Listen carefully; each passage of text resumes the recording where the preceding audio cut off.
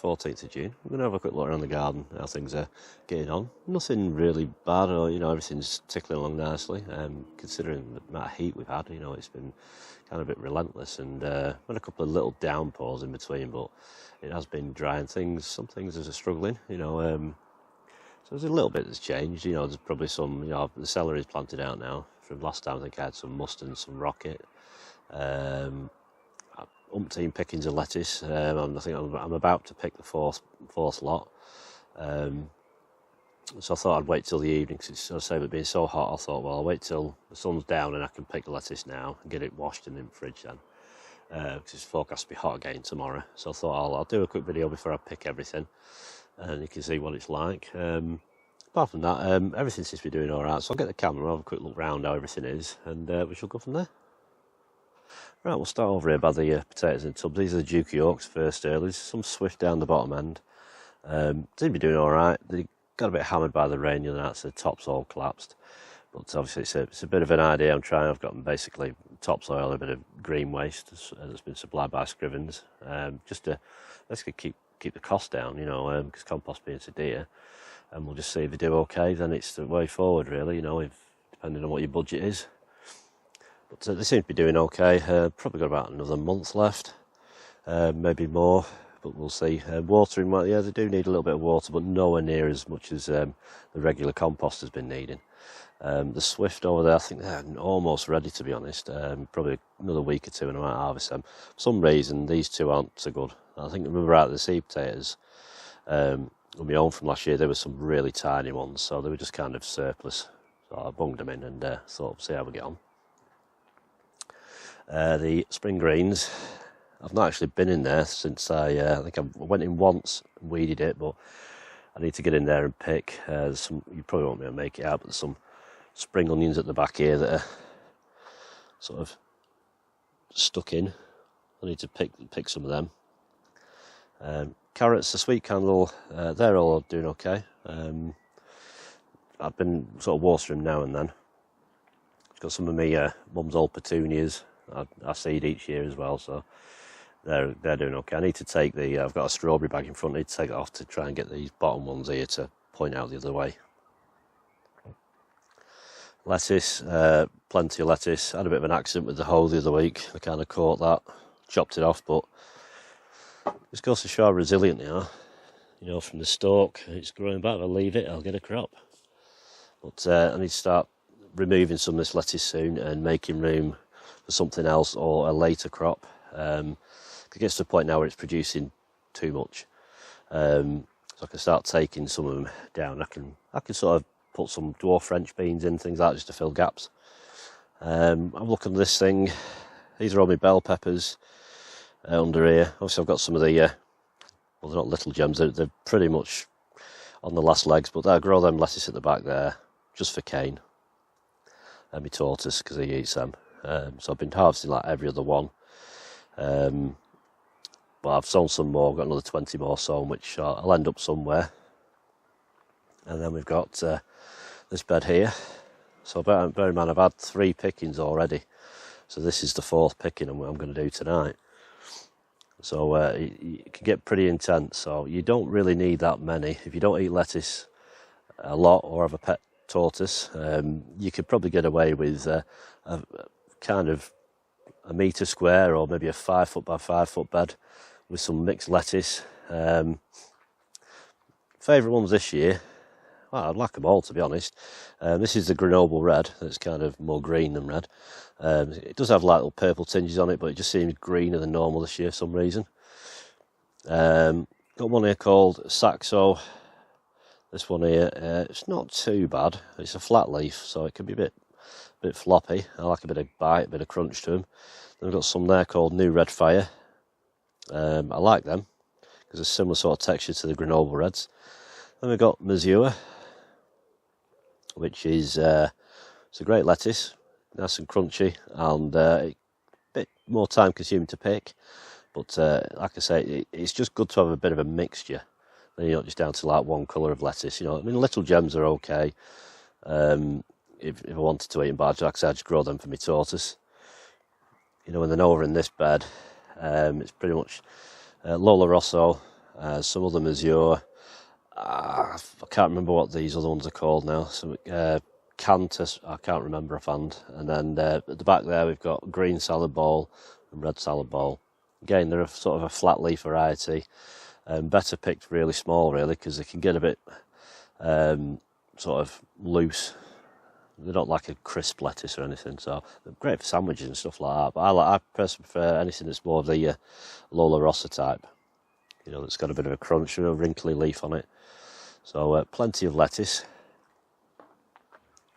And then we'll go into here. Had a few problems. A cucumber plant died on me for no apparent reason, just give up. So I've got a melon in the corner there. It's not in its final planting position, I just put it in here for now. So we've got a melon at the back, that's a Minnesota midget. A couple of fem spot cucumbers. That one's struggling. Then we've got, I think it's a Nimrod, that's like a small cucumber. A couple of backup cucumbers down there, they're still in little pots, some more of the chilies and peppers, which are the top, same as them. So I've got 3 Apaches, and I've got 4 jalapenos. All doing okay. I've mulched them, because obviously these get quite warm in here, so these will be coming down probably the next couple of weeks, because whatever plants I don't need, surplus ones, I'll either give away or I'll just put in the compost heap. Down here we've got the that exhibition variety of onion, put some seeds back, so if I get some seed then fine, you know, just big, nice big white flowers and the bees love them. Raspberries that are kind of salvaged from the allotment, they're taking off, so I'll just get some mulch them and tidy them up later in the season, and then prune them all off because of primary canes, and then hopefully get a decent crop next year. The Kelsey onions, they're starting to, you know, they're not massive, but they'll plump up. They're quite close together, a lot closer than I'd usually do, but I'm not bothered about getting huge ones. You know, if you get anything like, you know, £3 to £5 mark each, it's still plenty of onions. It doesn't store well, so there's a lot of chopping and freezing involved with them. Got the celery, the varieties Blush. They got so pot bound, and obviously some of these outer leaves that are pale, that's the result of when they're in the pots. But now they've gone in, they've got like the greening up in the hearts. So they're a bit closer planted than I'd like, but they're still relatively kind of like 9 inches apart in rows, and probably about 8 or 9 inches apart each way, to be honest. But this isn't great weather for celery because it's very dry, you know, so I'll have to really start upping the watering. I'm not one for watering much, to be honest, you know, because you're best off letting the plants find their own, but celery is a kind of bog plant. If you don't water it enough, it can end up quite stringy, so I need to up the watering on them, but be careful not to overwater the onions, otherwise you can start off with, you know, fungal problems and just rotting off. Brussels sprouts, I went in the other day, took a lot of lower foliage off, it was starting to go yellow, you know, and obviously I always check under the lower leaves for the signs of aphids, because that time of year now, if you get a bad infestation of aphids, you can lose a lot. So that's the variety, that's Maximus. Strawberry plants, these are some, I can't remember the variety, there's some original ones I started off probably 2010, I think, something like that. So they've struggled each year, but I've sort of given them a bit of TLC this year and getting a crop. They do dry out pretty quick though. These are just in my own compost from a couple of years ago, so they've had a light dust in a bloodfish and bone, and then just mulched them with some straw. And they're quite hardy, they will recover. Got some gooseberries. These I've had for years. These I keep hacking them right down. Don't really pay any attention to them much. The magpies come down and kick all the berries off, to be honest, which I don't mind, but they were originally going to go up to the allotment, but they just remained in these pots for about a decade. So I keep pruning them right down to next to nothing. A telltale sign of lots of leaves getting eaten here, so I think we have. The dreaded sawflies arrived. Some years you get it, some years you don't. Got some radish, second run of radish, a bit dense that, but they'll do all right. They'll push each other apart. These are the Colossus strawberries. I'm not aiming for any strawberries this year off these because they're new. I don't tend to like taking fruits off first years. I let them grow for the first year. Any runners I'll pick off, unless I want another plant, but I'm only trying these out in this grow bag, and then I might plant them in bigger pots when they go into domes, see, in winter. Compost bins are working away as normal. Up here we've got some sage, so I've been sort of pinching the main growing tip out of that. I'll start drying some of this as I pick it soon, I think. That's some leftover celery, so I mean, it's suffering. If I plant that in the ground, it'll come round. Sometimes I can get a bit too shocked and they'll send seed up. Big 40 litre tub there, some carrots in. These are some little gems. They're very dark green. This is my own compost as well that these are growing. Very light, that's like it's desperate for watering, but when you have a feel of it, you can run things fairly dry. Leeks, nowhere near ready to go out yet, but I'm hoping in about another month they'll be okay, and they'll go where my potatoes are in pots. I'll tip the contents of, well, you can see those pots that are over there, I'll tip them out and I'll plant my leeks in there, and hopefully get some leeks later in the year. What else have we got down here? Some lobelia, just done 4 plants. Need to find somewhere to put these. Some rosemary, I'm struggling that, to be honest. On the old shelf under here, we've got some basil that's watered this morning but wilted, so I'll give that another water. Another melon. A couple more bell peppers, these are Tarquino.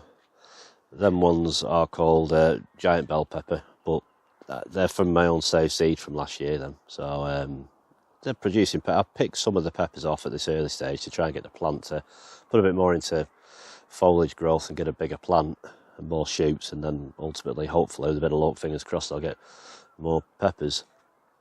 That thing I'm trying out for B&Q's bag thing, I lost a lot of the strawberries for some, and I don't know why, and then the top ones, it'll work for strawberries if you like watering a fair bit, but it does need a fair bit of water, that, depending on your compost you use, but anything that's in a pot or hanging basket, you need to water it quite regular. And I'm trying to get away from too much pots this year, because it can be quite time consuming. I mean, these big tubs are alright, like they're 60 litre tubs, these are carrots. Don't waft them about too much because the scent will bring the root flying. Some more of the raspberries, they're just a couple of years old, them just dumped in pots, so I could split them and plant them somewhere. Tomatoes, they've had a right battering off the heat in here, but they're growing. They're a bit funky, some of them, but they're growing. It's remembering to keep coming in, wrapping up around the string like so, to keep it upright, and pinch them old suckers out. So you got move that leaf out of the way. You got its main plant truss coming up. It's your leaf truss. That's your main growing stem, and this here, that's your sucker. Just pinch it out, and that's it. Otherwise, you can put it in another pot if you want, and that'll grow and it'll become another tomato plant. But some of these, I mean, that's a gardener's delight. Now that's a big long truss. That's probably about 18 inches long. So it's tempting to just leave them all, but what I'm going to nip that off there like that, because they're a bit tiny them. So I thought, well, that's enough. That sun golds at the back, typical sun golds, bendiest plant in the world for some reason. And these other ones, Cordy Boo, they always seem a bit limp and weak at the top, but it builds up. And they've got tomatoes on down the bottom here. So another month they'll probably start ripening. And these are like I think these are the Roma. Typical of Roma, they tend to keep losing the growing tip.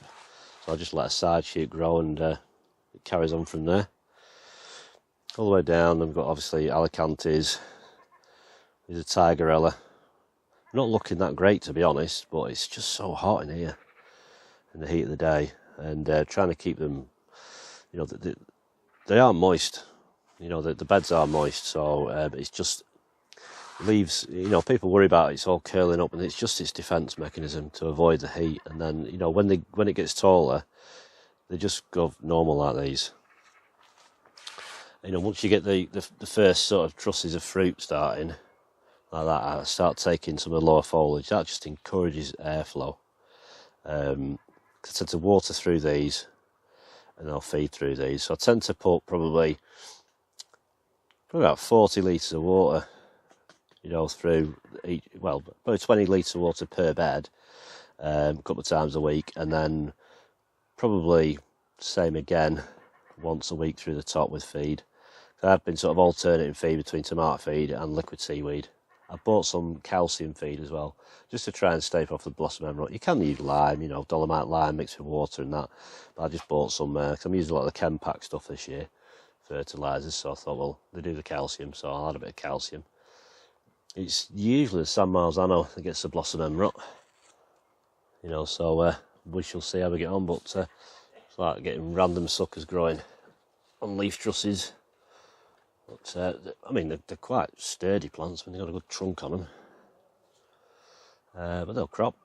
Some surplus beans, cobra French beans, some more Musselburgh leeks. So I keep forgetting these are in, but you know, I could plant them. They're fine. They're just surplus. Up there we've got some. These are the basket of fire. You know, these like it. They don't mind the heat. They've been up there cooking away. Got some little chilli start at the top there. You know, we're only not even halfway through June, quite well, almost halfway through June, and things are cropping. We've got these are the compost. Starting to see some. So I know that's my own variety there. It's starting to lack a little bit of things, but it's general dieback. But they've got a bit of time to go on yet, and some people worry about. You know, certain things like seeing leaves like that. Don't panic, it's not blight. You look at the back of the leaf, it's been attacked. Like flea beetle and things like that. Things damage the leaf, and then it's like scarring that. You know, it's speckled all over it. It's not blight, it's just where it's been eaten at the back. You know, aphid attack, all them sort of little bugs, they come in like an absolute pain in the backside, and just, you know, they will hinder it to a degree, you know, until it's got it, because it can't photosynthesize. But as long as it's got a growing tip, it can always recover, you know, and as long as it's watered. Obviously these are different weights. You get some that are really heavy and some that are like really light, so I can tell which is kind of more loamy based and which is more fibrous based. I mean, my own does dry out, but not quite as bad.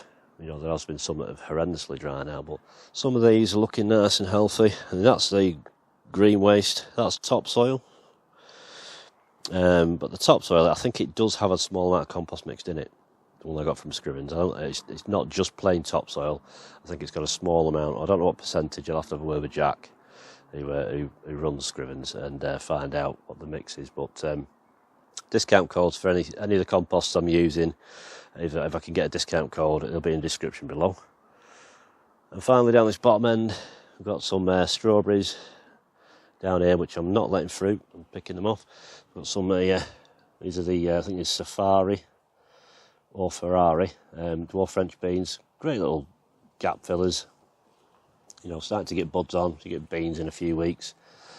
You know, get a few crops of beans, pull them out.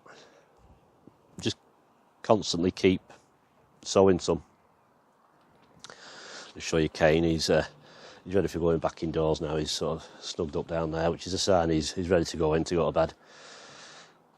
And then I've been picking strawberries predominantly off this row here, which are same. I think these are Florence, these. So I've been doing all right. And we've got in these at the back of these are just some Orla. Just put one per bag.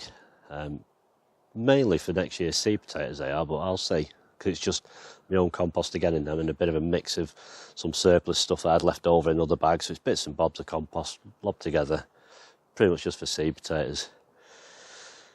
A problem I've been having though in the garden is never had it for the amount of years that I've lived here, which is like, you know, since 1982.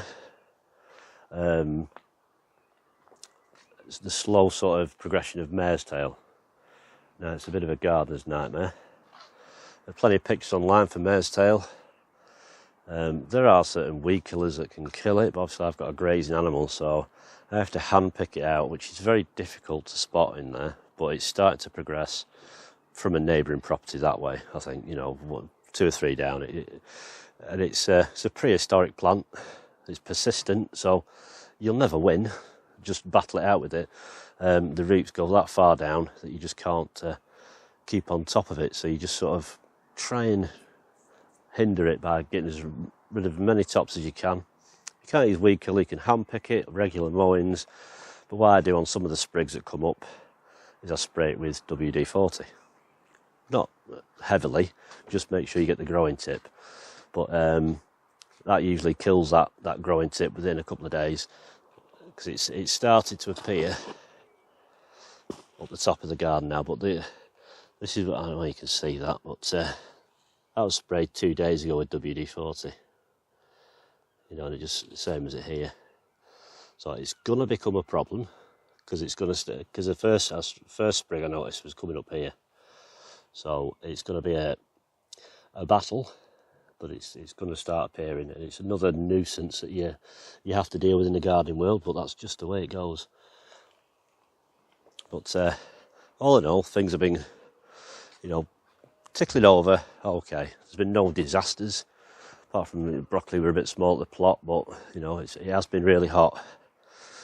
So I think we'll finish up down here where we'll have a look at the Hilda's mixed sweet peas. Plenty of sweet peas. I've been cutting them probably for the last week and a half and putting them in the house, because I've not been able to spend much time in the garden. I've got certain care duties for my father, obviously, because he's elderly now, and it's getting that time of life where he needs that little bit more help. So I have to put that as a priority. So I'll do the videos as and when I can, and I'll respond to all the comments. I just need to sit down because I want to read them all properly, and I can respond to them properly. But I've sown some more seedlings and I've pricked them out. I'll try and do this one-handed if I can. So bear with me, the camera might get a bit wobbly. This is just like a pallet table I made. I think it was last year, might have been the year before. If you look through my playlist, you'll see it. It's just basically a pallet, a couple of bits of wood screwed to it, and then some perspex. Pull these out, so it makeshifts it as a table, and then I get this perspex, just slide it back a bit like that, and underneath just slide it back, it's got seedlings in. So these are another run of the Aquil's broccoli, and I've got some collie in there as well. I think there's 35 broccoli and 30 cauliflower. There's a couple of January King in there as well. So it's just I mean, obviously they can't get very tall in there, but give you a couple of weeks, out of sight, out of mind. I put the netting over the top, that gives them shade so they don't get baked by the sun. You know, they get good airflow through there. And then underneath here, these are some more dwarf French beans in there that I've sown. Keep them under there because they don't really need that much light at the moment. And then they can germinate, and then they can sort of bring, so you need like a really bit of hot sunshine, you'll cook that seedling off. And over here we have a little bit of rocket, some more spring onions, there's some more little gems, and these are moon red. They're like a red cost lettuce, so I thought I'm going to try them, mix the two together, and mainly for cane. Some flat leaf parsley, planted in some fairly fresh compost of my own. It's sort of like my newest batch of compost. I thought, well, I'll try it out, because I've actually put some shavings into it a good few months ago now, just to try and combat this drying out or the crumbliness of it, try and keep it so it's got some sort of wicking, because you do need some sort of wood fibrous stuff in there. You know, it's okay being like super fine particles, but you need this sort of idea to kind of thatch the whole thing together. It becomes a network of like wicking strings that help the moisture go right through it, hold it together when you're popping out of seed trays. So that's pretty much it from the garden. Just a bit of an update. As I said, there'll be regular updates through the year from here, and obviously the allotment, as and when I can do them. So I'll try and aim for 1 to 2 a month, depending on how things go here. Obviously I've got a responsibilities to deal with, so I've got to make sure that's all okay, as long as I'm on top of my own health issues as well. So thanks for watching, take care, and I'm going to get on with picking this lettuce now, which is it's not the best job in the world, but you know, at the end of the day it's free food and that's why we do it. So take care, I'll see you next time, bye bye.